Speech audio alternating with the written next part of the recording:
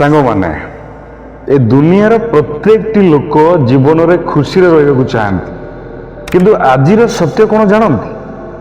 ଲୋକମାନଙ୍କ ପାଖରେ ମନି ଅଛି, ଲୋକମାନଙ୍କ ପାଖରେ ମୋବାଇଲ ଅଛି, ଫ୍ରେଣ୍ଡସ୍ ଅଛନ୍ତି, ସୋସିଆଲ ମିଡ଼ିଆ ଅଛି, କିନ୍ତୁ ମନର ଶାନ୍ତି ନାହିଁ। ହସୁଥିବା ମୁହଁ ପଛରେ ହଜାରେ ଦୁଃଖ ଲୁଚି ରହିଛି। ଆଜିକାଲି ମଣିଷ ସବୁକିଛି କିଣିପାରୁଛି, କିନ୍ତୁ ଖୁସିକୁ କିଣିପାରୁନି। ତାହେଲେ ଖୁସି ଜୀବନର ଅସଲ ରହସ୍ୟ କ'ଣ? ସାଙ୍ଗମାନେ ଶୁଣନ୍ତୁ, ଖୁସି ଟଙ୍କାରେ ନଥାଏ, ଖୁସି ବଡ଼ ଘରେ ନଥାଏ, ଖୁସି ଲୋକମାନଙ୍କ ପ୍ରଶଂସାରେ ମଧ୍ୟ ନଥାଏ। ଅସଲ ଖୁସି ଥାଏ ନିଜକୁ ଆକ୍ସେପ୍ଟ କରିବାରେ। ଯେଉଁଦିନ ତୁମେ ନିଜକୁ ଅନ୍ୟମାନଙ୍କ ସହିତ କମ୍ପେୟାର କରିବା ବନ୍ଦ କରିଦେବ, ସେଇ ଦିନଠାରୁ ତୁମର ଅଧା ଦୁଃଖ ଶେଷ ହେଇଯିବ। କାରଣ ଏଇ ଦୁନିଆରେ ସବୁଠୁ ବଡ଼ ବିଷୟ ହେଉଛି କମ୍ପାରିଜନ୍। ସିଏ ଇନଷ୍ଟାଗ୍ରାମରେ ଖୁସି ଦେଖାଯାଉଛି, ସିଏ ନୂଆ କାର୍ କିଣିଲା, ସିଏ ସକ୍ସେସ୍ ହେଲା, ଆଉ ତୁମେ ଏସବୁ ଦେଖିକି ନିଜକୁ ୱିକ୍ ଭାବିବା ଆରମ୍ଭ କରିଦେଉଛ।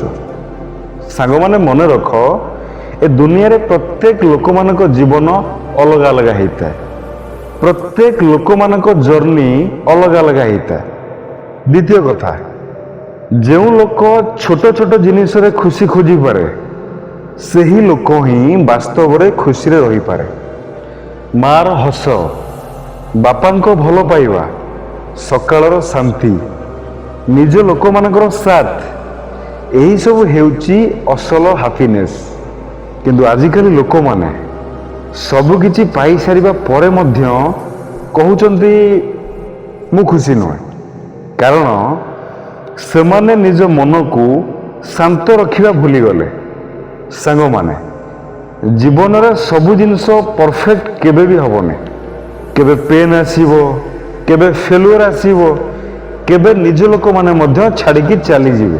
କିନ୍ତୁ ଯେଉଁ ଲୋକ ପ୍ରତ୍ୟେକ ସିଚୁଏସନରେ ନିଜକୁ ଷ୍ଟ୍ରଙ୍ଗ ରଖିପାରେ, ସେହି ଲୋକ ତା ଜୀବନରେ ଖୁସିରେ ରହିପାରେ।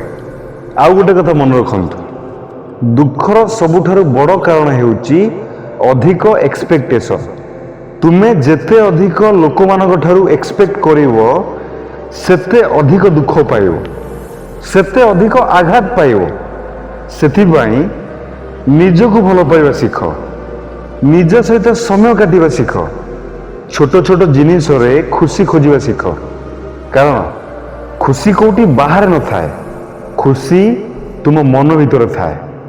ଯେଉଁଦିନ ତୁମେ ଏଇ କଥାକୁ ବୁଝିଯିବ ଆଉ ଏଇ କଥାକୁ ହୃଦୟରୁ ଗ୍ରହଣ କରିନେବ, ସେଦିନ ତୁମେ ତୁମ ଜୀବନରେ ଖୁସି ପାଇଯିବ।